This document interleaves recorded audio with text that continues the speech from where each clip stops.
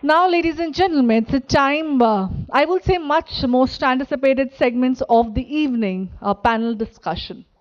As the treasury industry undergoes profound transformation, evolving market dynamics and regulatory changes are, of course, reshaping the way we definitely think about treasury operations and risk management. From the rise of generative AI and, of course, the data science to growing importance of ESG, today's fast-paced world, treasurers face a new era, of course, of opportunity, but at the same time, challenges. In this context, optimizing treasury operations is just not an option. Of course, it's not, because it's a very crucial and a very critical imperative for banks or financial institutions to remain competitive, efficient, and, of course, compliant as well. We have incredible industry leaders, experts, you will say, coming upon on stage, sharing their experience, insights, and, of course, the cutting edge trends that they follow, and how banks or financial institutions can definitely navigate this evolving landscape. Well, now, of course, the evening is waiting for our experts to join in for the panel discussion, the topic being future of treasury, global and Indian market dynamics. Let me call upon one by one our industry expert and leaders who have joined us today. Calling upon Mr. Alok Singh, Group Head Treasury, CSB Bank. Can we have a huge round of applause for him? Thank you so much for joining in, sir. Joining him on panel is Anshul, Chandak, Head Treasury, RBL Bank. A very warm welcome to you, sir. Joining the panel is Rajeev Pawar, Head Treasury, Ujjivan Small Finance Bank. Thank you, Mr. Pawar. Thank you for gracing this event.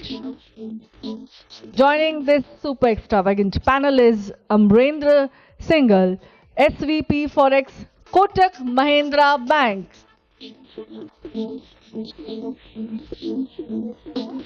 Now I shall request and call upon Nakul, Rajpal, partner, KPMG. A huge round of applause for Mr. Nakul Rajpal.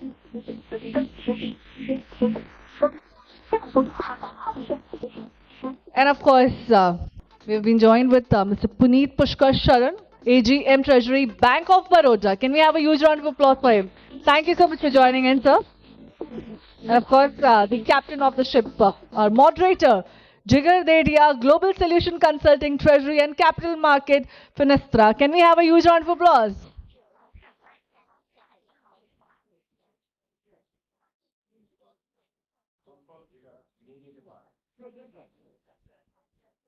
So first of all, thank you everyone, and thank you all of you for coming and attending.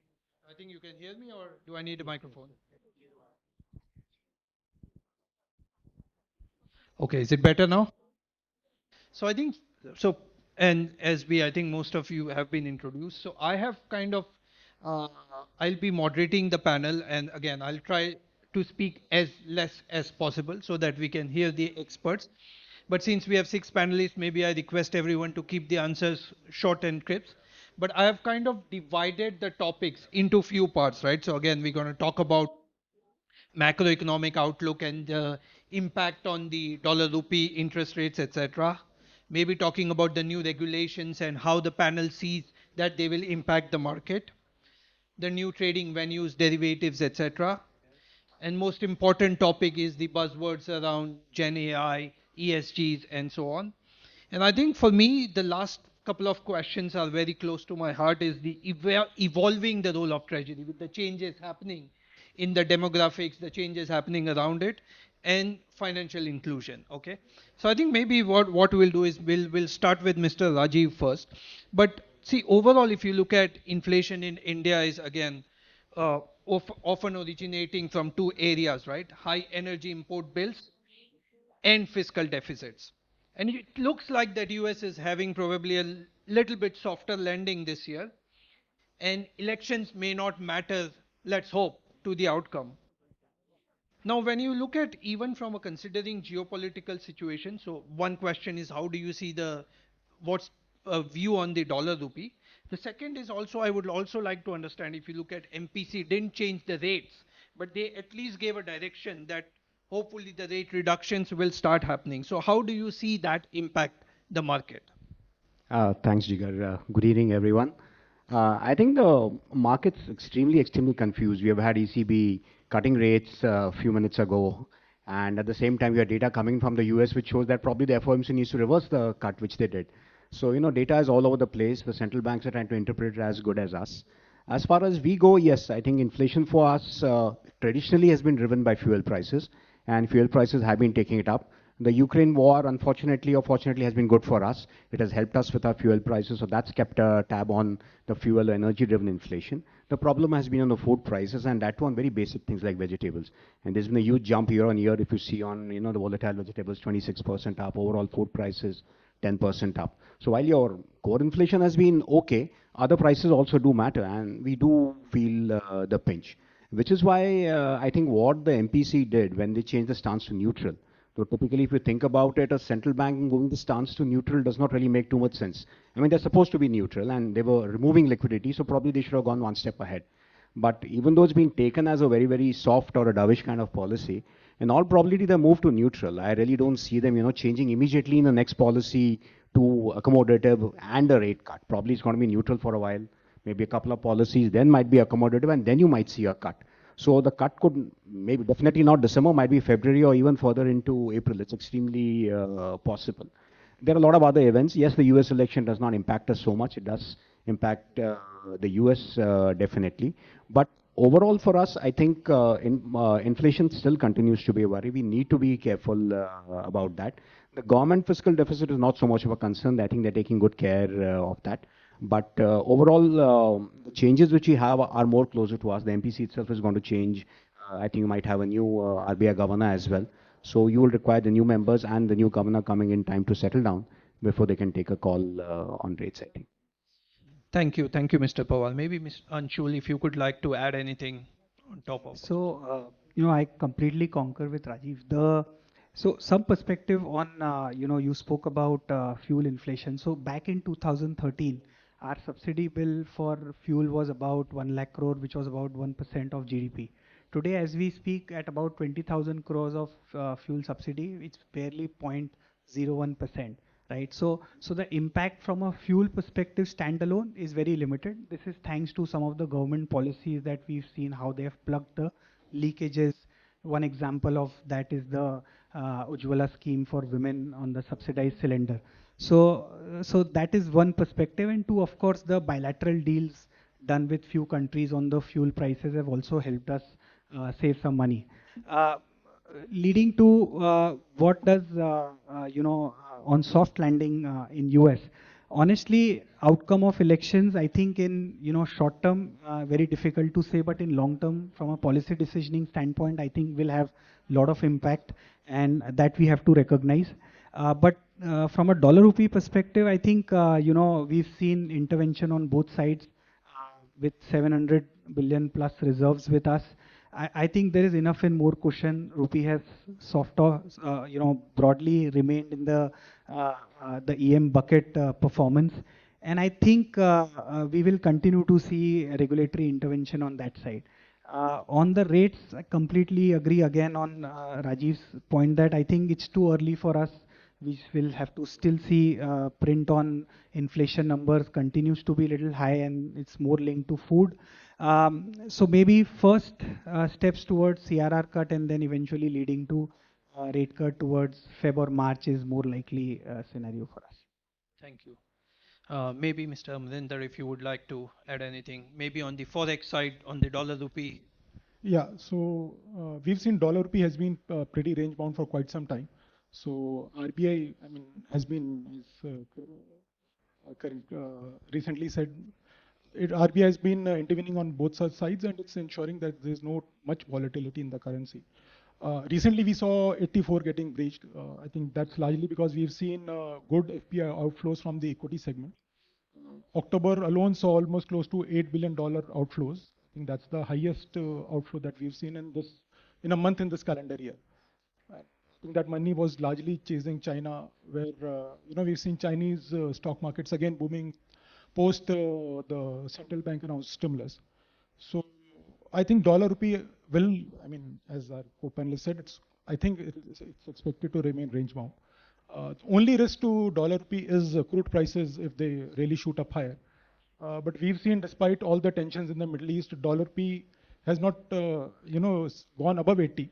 And recently, even OPEC has come out and said that they're downward revising the growth for crude demand for next year, and largely because of the Chinese demand.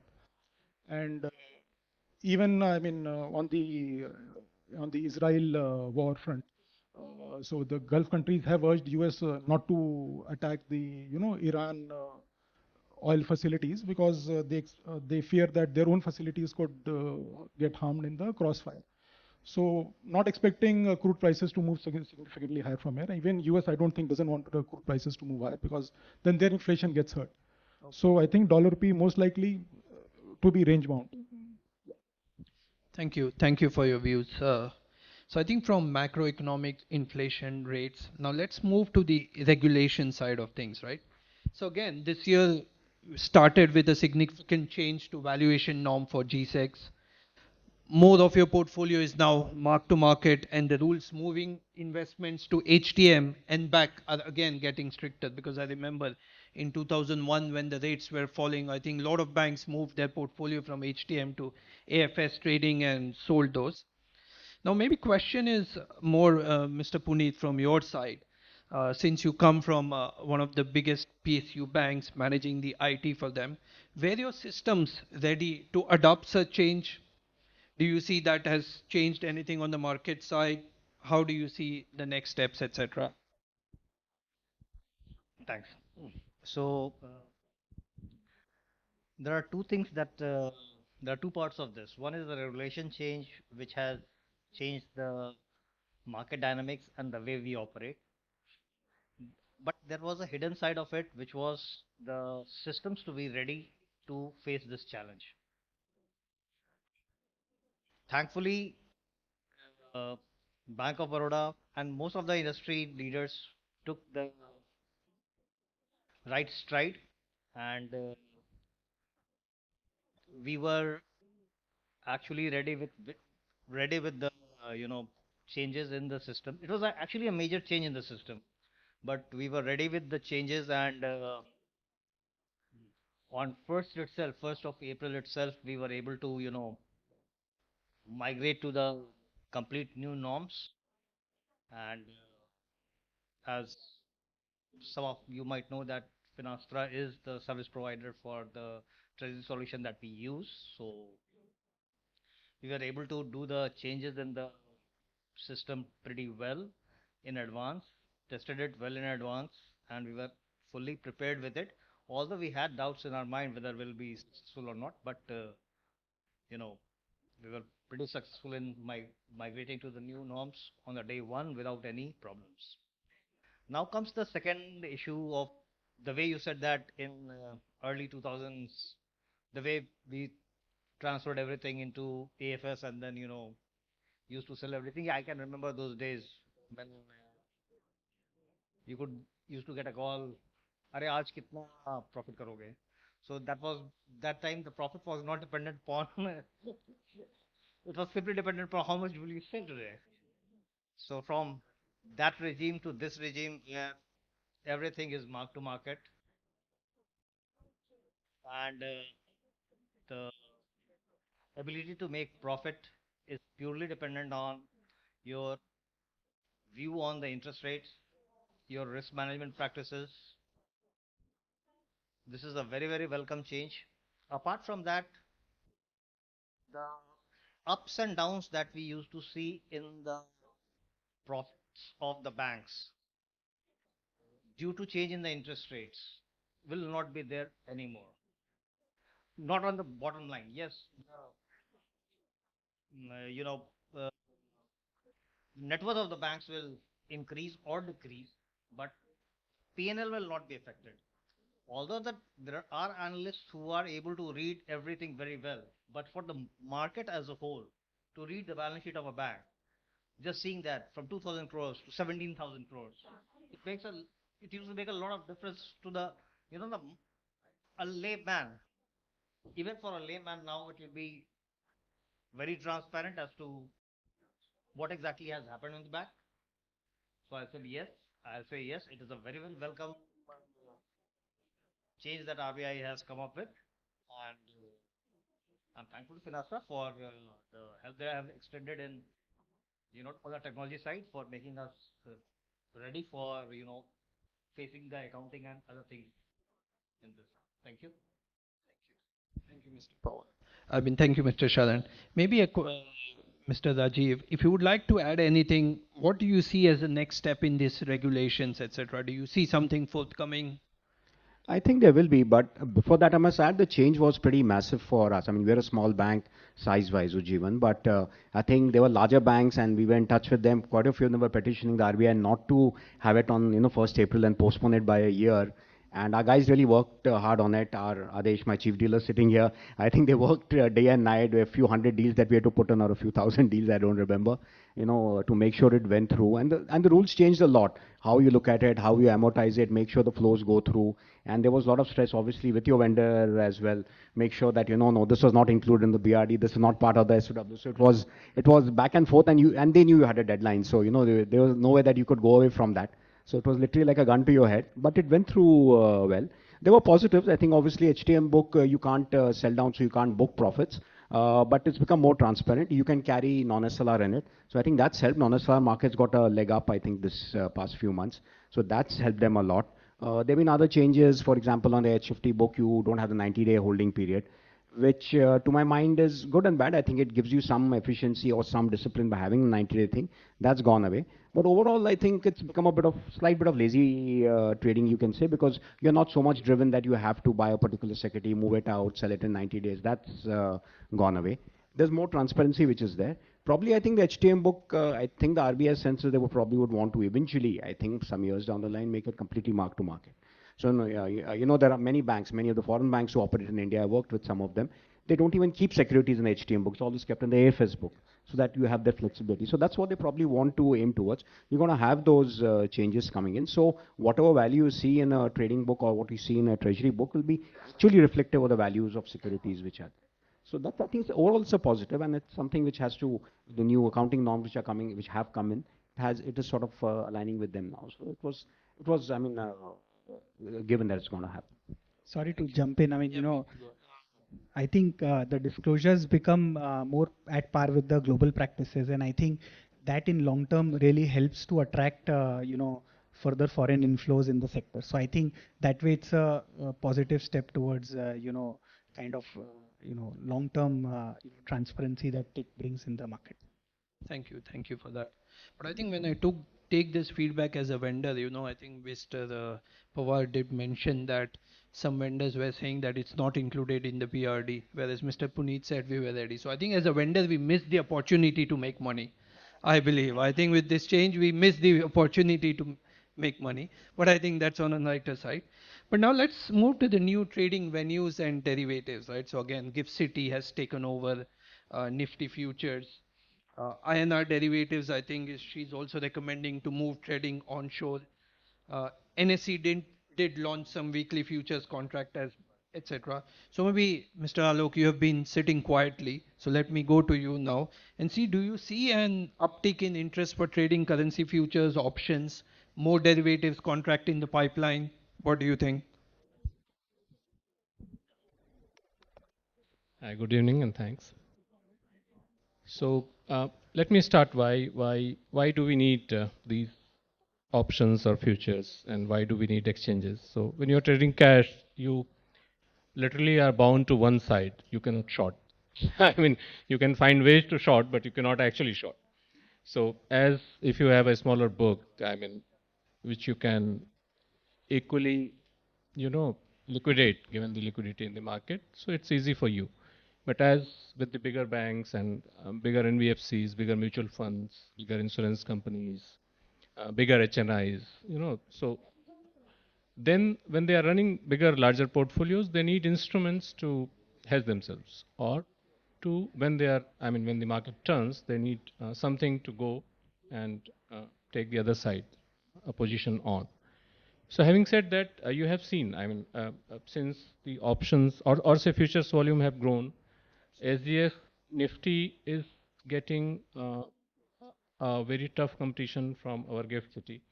I mean, somewhere I read that Singapore Nifty has around 40% of the market share, whereas gift city has gone to 25% now and likely to take over.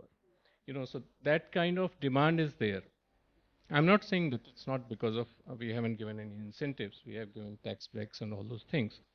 But the demand for futures, first thing that we have seen increasingly traders coming into the market. So last 4 or 5 years, the trend has been that a lot of people, I mean individuals or say people with the money have entered the market and where they have started experimenting with these products which are very easy to understand.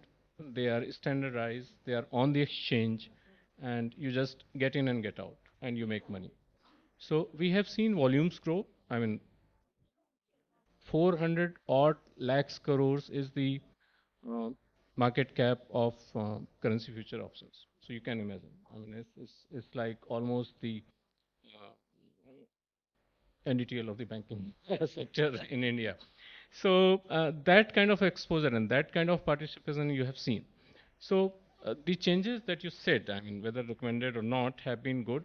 The only change which RBI, I think, unwillingly brought in, because the circular was already there, but they said in January that, okay, if you don't have underlying exposure, you cannot do.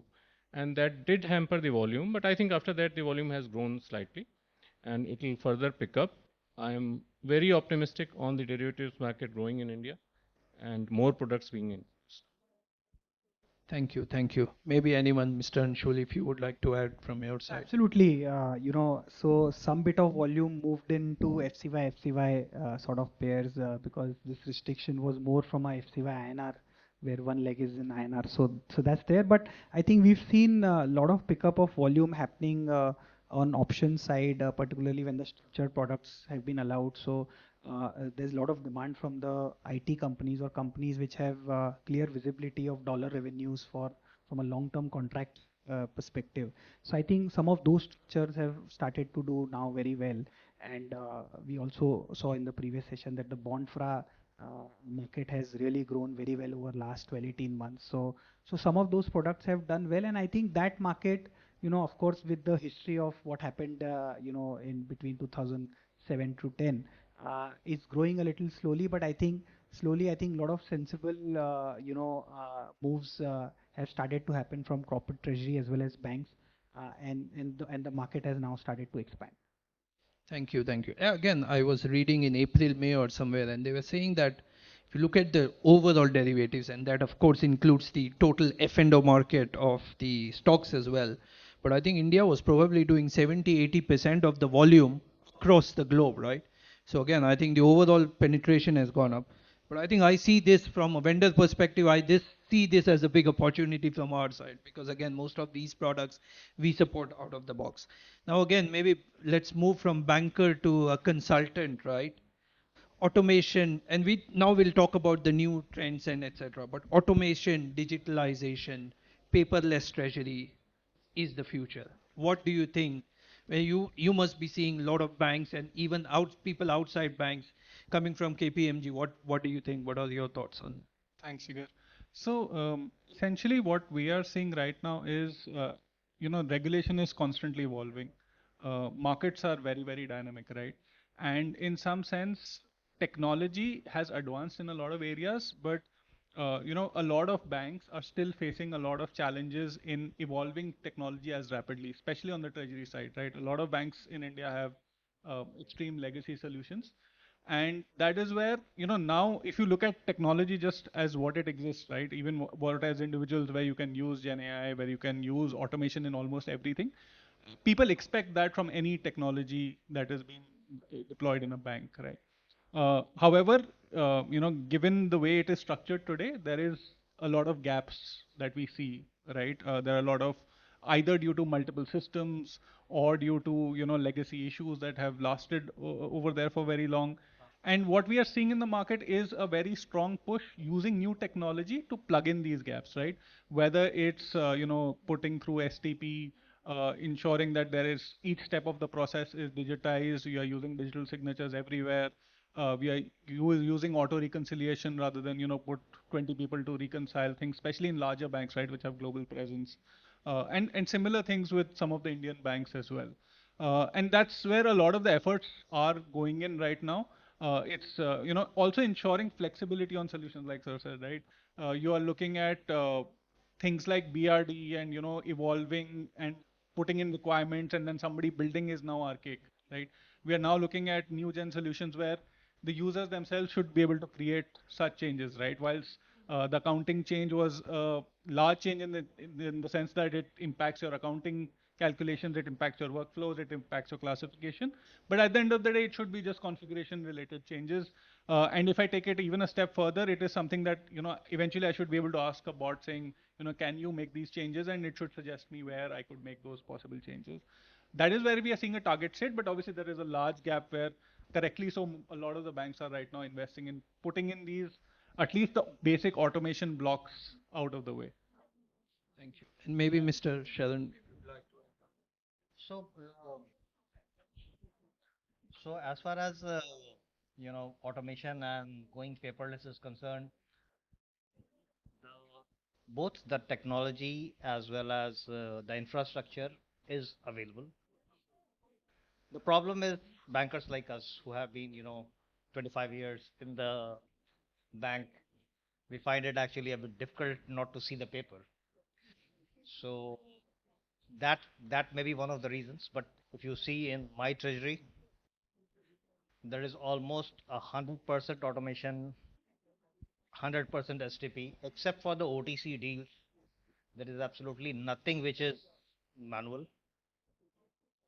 So we are not punching a single deal. The decision making system also is digitized to a very, very large extent. So even being a PSU bank with people as old as me, we have, tried to evolve. And as he correctly said, that, the solution provider should come up with such versatile solution whereby a change in the regulation should only be a change in the parameter rather than, raising a new BRD and asking Finastra to come and, do a change. So that, so from that angle, yes, the system should also be that flexible. And you can come on our floor and actually see the amount of papers have, come drastically down from no ding slips are there, no chats are there, nothing is there.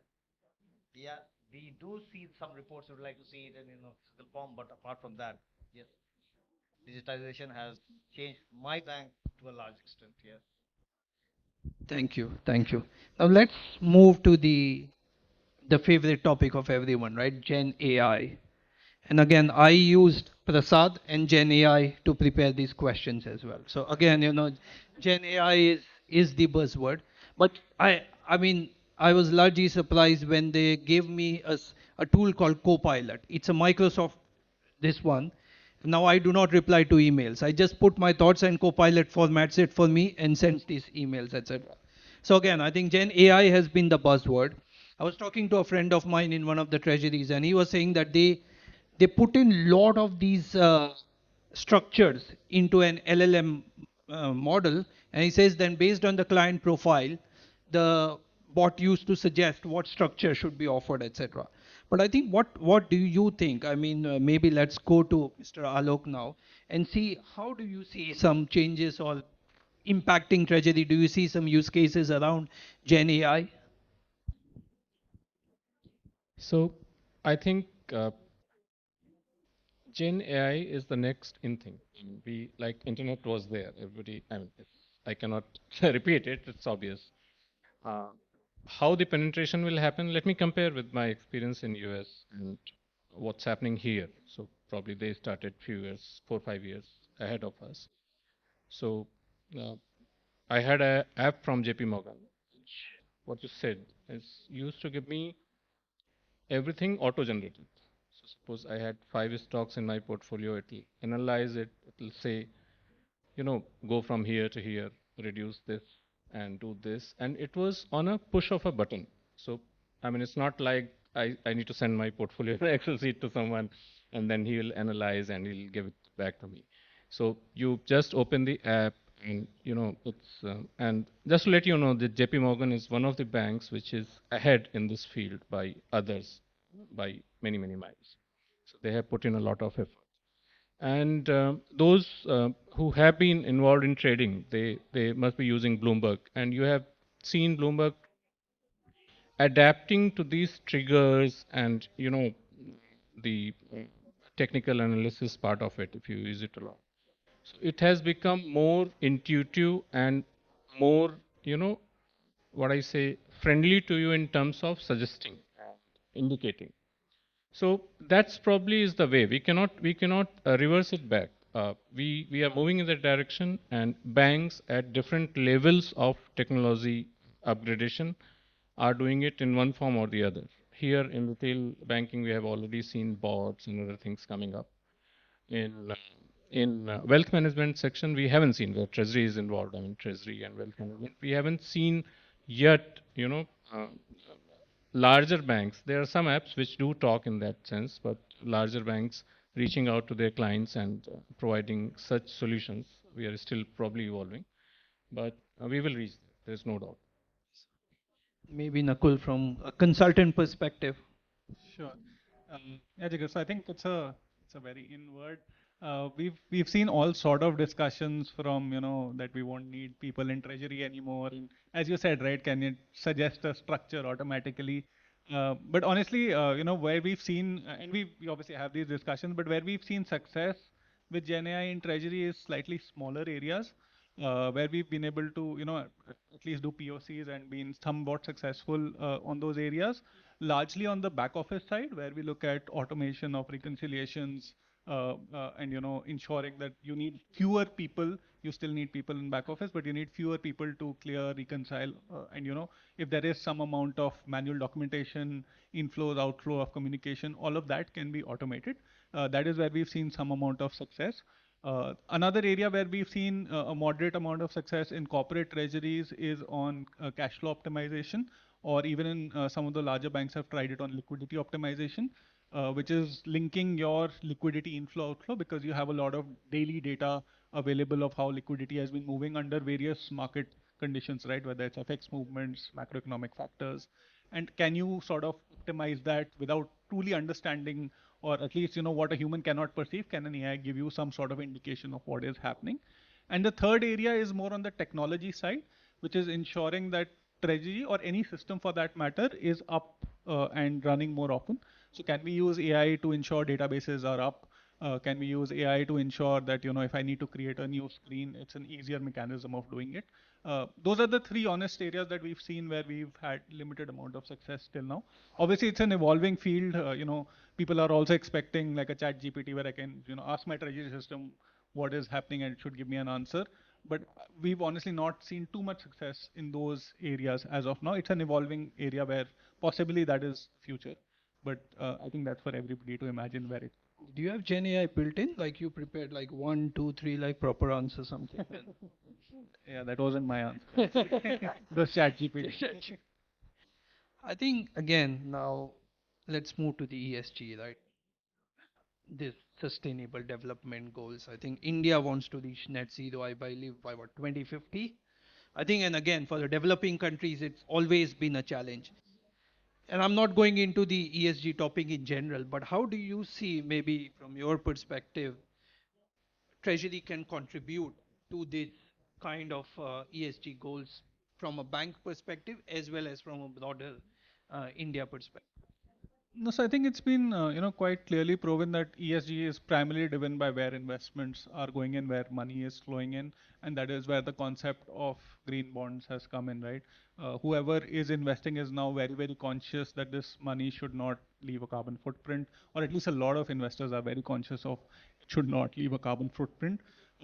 Challenge there is nobody really knows what is actually leaving a carbon footprint and what is not, right? And you may call something a green bond, but there is a lot of validation that needs to go into it. And that is, I think, where the markets are sort of evolving. Can we create these in a more standardized fashion, where there is enough validation and checks that that money actually is being truly reducing the carbon footprint? And then obviously it comes to, how are these bonds priced separately? What is the market premium for those?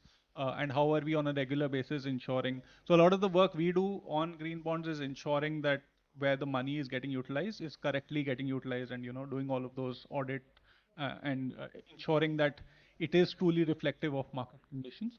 But yeah, I think that from a treasury perspective, it needs to be very clear as to when, where the investments are flowing in, and if they are flowing in, how are you directing it, and how do you give your counterparty that comfort, right? If you are issuing a green bond. Thank you. Thanks, Nakul. I think Mr. Punit, you wanted to say something. Yeah, I wanted to say something here. See, one part which, as Nakul said, that there is a compliance part whereby there are consultants who will see where the money is flowing, etc. But the main issue is there has to be an investor base which is, broad enough, which is ready to pay a premium for reducing the carbon footprint. So apart from the, European investors, I am seeing that yes, there are pockets of people who are generally genuinely ready to pay premium for a green investment. But from North America, if you see, it's not as much as it is there in Europe. In India, let's take the case of India. People are simply interested in the exact yield. Tell them that boss, this 2 bips is going for environment, leave it for the environment. I think it's going to be a bit difficult. Maybe let's hear any treasurer's perspective. Maybe Mr. Alok, if you would like to add anything here, or Uh, they have already said the crux of it. I will add the pricing point from a treasury perspective. So if you see that consciousness of people have also evolved in that direction. So if you look at green bonds being issued by government of India, they go at a premium. So uh, Treasury also has, I mean, since Treasury is directly involved in bond issuances and pricing it out, so it has also directly started incentivizing if you're taking an effort towards the green initiatives. And it's very heartening to see that Indian banks issuing, green deposits. Some of the banks have already started that. So this takes it forward when someone is looking at say the choice of deposits, and he looks at a green deposit, even if it's suppose consciously it's paying 10 basis point less. They say, okay, fine, let's contribute to this fund because it's going to help somewhere. So I think from the treasury side, the pricing effect has already started coming in, and it will only increase. So it looks positive. thank you. Thank you for your views. Now, this is my favorite topic, right? And again, now we talked about the macroeconomic, the day-to-day job, but I think for me, this is the key, right? Which is the evolving strategic role of Treasury. And why do I ask this question? Is again, when you look at right, the investments in equities and mutual funds, I believe have been significant or grew significantly higher than the retail deposits. That's first point.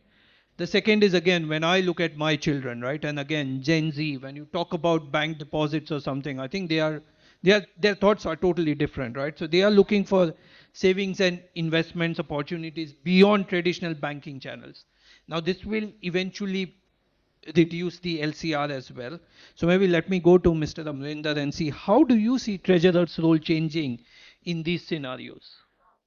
Yeah, actually, there has been a lot of debate about it that the money is being sucked out of the banking system because Gen Zs are investing in equities. But I think eventually that money is still staying in the system because if I'm buying a stock, then there's somebody selling it. So it's just money moving from, say, my account to somebody else's account. But what could be changing is the color of the money. So since a lot of retail participation has increased, maybe that money either it's moving into another retail account or maybe a corporate account. So that's where if the seller is a corporate, and then you could see the cost of fund for the bank going higher. And and as you rightly mentioned, I mean, that was on the part of that liquidity. And obviously, now since earlier people were more interested in investing into term deposits, so that pressure is there. That money is moving into new instruments like equities, and we have people investing in commodities, ETFs, and even cryptos.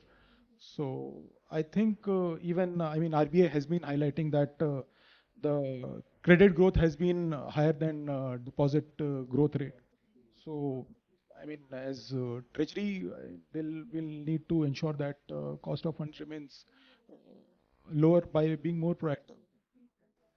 Thank you. Maybe Mr. Anshul, if you would like to add anything on this. So, as Amrender said, so I think the color of the money changes. If you look at what happened in, say, US markets, say 20 years back, when there's a broader participation that comes across in capital markets. Typically, what happens is that the money from a retail investor moves actually to the company. So the deposit moves in the form of retail deposit to a wholesale deposit, and that's how you see US banks have typically very high share of wholesale deposit. So is that the moment for India is the question mark in front of us. But money of course remains in the banking system. So it's probably just the way we look retail to wholesale is how probably it changes, and that's how I see it. Also, I mean, I think it's time that we do a little bit of innovation on how we basically sell deposits, including doing something like what mutual fund industry does by saying mutual fund sahi hai. So probably banks have to also come together and do some job on that to market it little better, because there's a lot of flexibility for senior citizens to do withdrawal without any penalties and all that. But I think a lot of them are not aware of that. So I think we just have to kind of educate people a lot more on deposits, and diversifying, not just because markets have been very buoyant on capital markets. So but diversification is very important. So some of those we need to kind of educate. Yeah, absolutely. I think diversification is the key. So that definitely would have maybe Punit, if you would like to add anything on this. If you see this quarter's, uh, top, uh, not the P&L figures, but the assets and liabilities figures. It is for the first time that we are seeing that SBI has got a CD portfolio for the first time. So it goes on to say that the retail deposits are on the declining side. Wholesale deposits will increase. The bank's dependence on CDs are going to increase. Market has gone up, market has gone down. Who has cut down their SIP? Nobody has done that. Nobody has done that. And if you see a cut in the interest rate, people will come and take the bank deposit immediately. So, yes, we are going towards what US is seeing. The retail deposits will ultimately come down, and the dependence on CDs and bulk deposits is going to increase. That's my opinion. Thank you. I think we are almost reaching the end of the panel, but maybe was just one last question, and maybe I'll go to you, Mr. Rajeev. You have been quiet for a while. But we talked about the financial inclusion, right? Initiatives of RBI, payment banks, small finance banks, etc. And how do you see, or what are the implications of these kind of initiatives on the overall treasury functions of the bank? So small finance banks like us were created for financial inclusion. So a bank like ours is a new bank, but we have about 80 lakh customers. We have 750 branches. Most of them are in rural areas and in places where you can't even pronounce the names. And when you talk about Gen Z and millennial, we have clients. Those are not clients who play with iPhones or sit on Instagram. These are Gen Z and millennial from rural markets. They borrow money from you. So you have those people also. That's an entirely different India which is there. And handling microfinance or any kind of mass market bank has its own challenges. I mean, I'm sure all the public sector banks have seen that. One of the biggest things you have is in terms of your collections. So like, maybe 40 odd % of your collections are online. Even people who live in rural markets use, online mechanisms, maybe an Airtel or a Setu or whatever to make the payments. But a lot of collection is also done in the physical mode. So there are costs involved with that. Your cash which is there, you have more cash which is lying at branches, more cash which is in transit, the cost of moving that. Those are actual physical costs. It's a real banking where you see that you're taking money, collecting it, bringing it to a branch, then taking it to a larger branch, etc. There's interest costs associated with that. Fine, you can count it towards your SLR, etc. But there's actual cost because you're not able to invest that money or earn anything from that.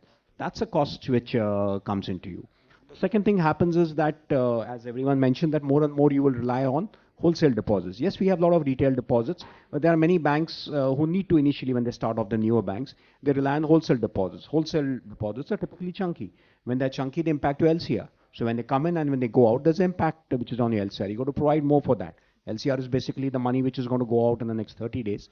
Keep it ready as cash with you right now. So if you've got a 100 crore deposit or a 500 crore deposit, 1 month in advance, you got to keep the cash ready, even if you're sure that it's going to get rolled over. So that impacts your LCR. You have to keep more cash ready with your more high quality assets, HQLA as we call it. So those kind of things you have to keep in mind. These kind of things impact a treasury operation very much. Thank you, Mr. Raji. Maybe Mr. Alok, if you would like to say some concluding words on this topic. I mean, financial inclusion is great, I'd say. So let me say small is beautiful. And why I'm saying so, if you see, if I include the topic that is today's theme, innovation and all those things. So let me ask you all, how many of you have an app which can send 10 lakh rupees out? Does anybody has any app, any changes in last 20 years which could facilitate, 10 lakh rupees being sent from your account to another account? And how many apps do you have to send 20 rupees? So you can see where the innovation is happening and how it has penetrated the markets. I mean, you go anywhere. You go to a vegetable vendor, you go to a small shopkeeper, who did not have an account before. Now he has an account. Now he has a record of that account.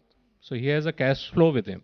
So he can show if someone goes, and that's where Rajeev and all come in when they go to finance these people. They have the records.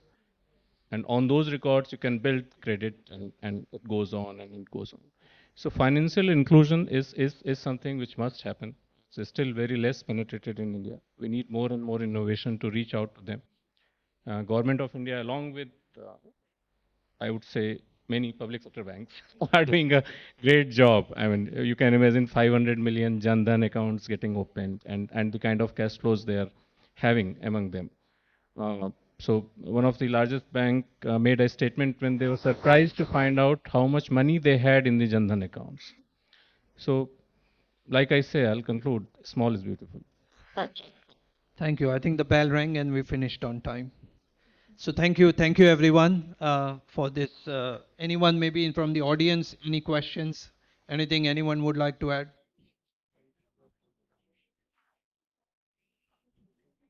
I think it's the dinner time, so that's why people are. But I think thank you everyone. I'll request for a group photo at the same time for honoring this fabulous, knowledgeable, insightful panel discussion. I'll call upon Mr. Soumya Biswas, Director, Synex Business Media Private Limited. Can we have him on stage, please? And a huge round of applause for entire panel for such a fabulous and a knowledgeable, very, very productive, insightful session. Can we have the mementos?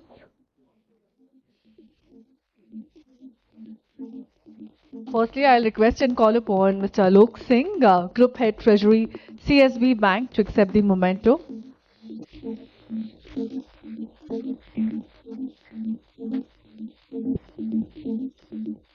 I'll call upon Anshul, Chandak, Head Treasury, RBL Bank, to accept the memento.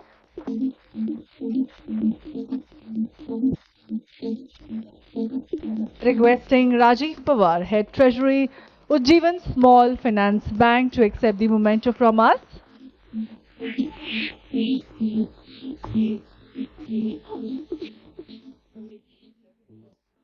Requesting Amrender Singhal, SVP Forex, Kotak Mahindra Bank, to accept the memento.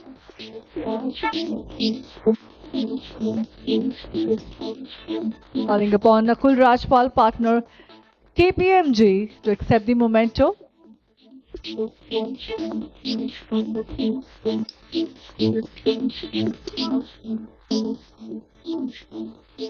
Mr. Punit, Pushkar, Sharan, AGM Treasury, Bank of Baroda, to accept the memento.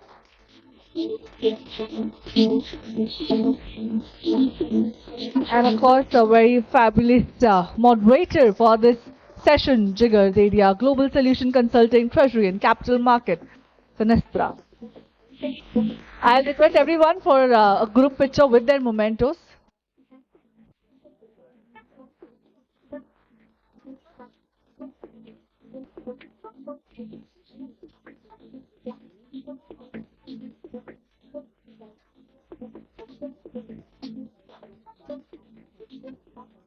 I think a little zealful round of applause. I know the dinner is waiting, but come on.